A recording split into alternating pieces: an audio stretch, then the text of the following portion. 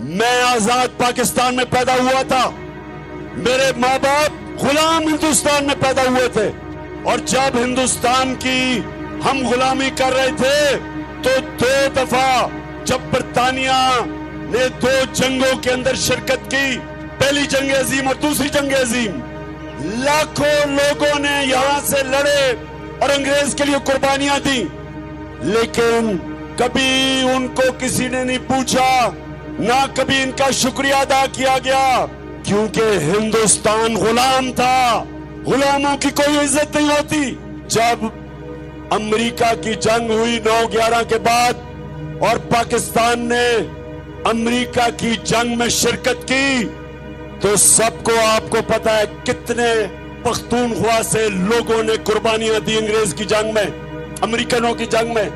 80,000 पाकिस्तानियों ने कुर्बानियां दी। कबायली इलाके के लोग जो सारे पख्तूनख्वा के साथ अब हिस्सा बन चुके हैं, कबायली इलाके के लोगों ने सबसे ज्यादा कुर्बानी दी। 35 लाख लोगों ने नकल मुकानी की। क्या किसी ने पाकिस्तान का शुक्रिया अदा किया? क्या अमेरिका ने कहा कि शुक्रिया पाकिस्तान, आपने 80,000 अपने लोग कुर्बान कर दिए, 3 गुना ज्यादा हमारी फौजियों ने कुर्बानी दी बनिस्बत जो अमेरिकन अफगानिस्तान में जिनकी जानें गई।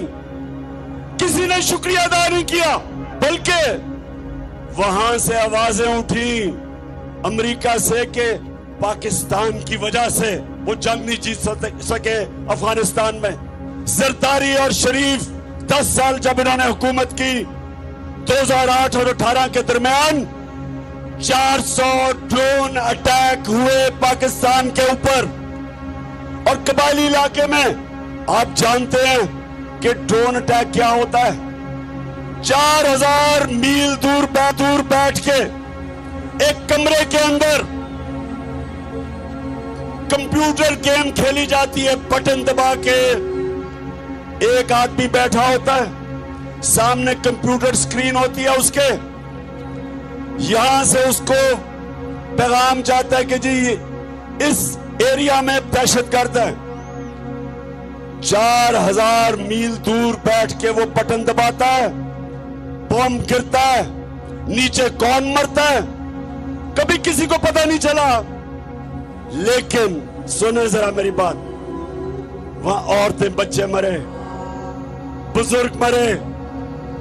एक जगह इन्होंने ड्रोन अटैक किया पजोड़ में, 64 बच्चे मदरसे में मर गए। 64 बच्चे एक जगह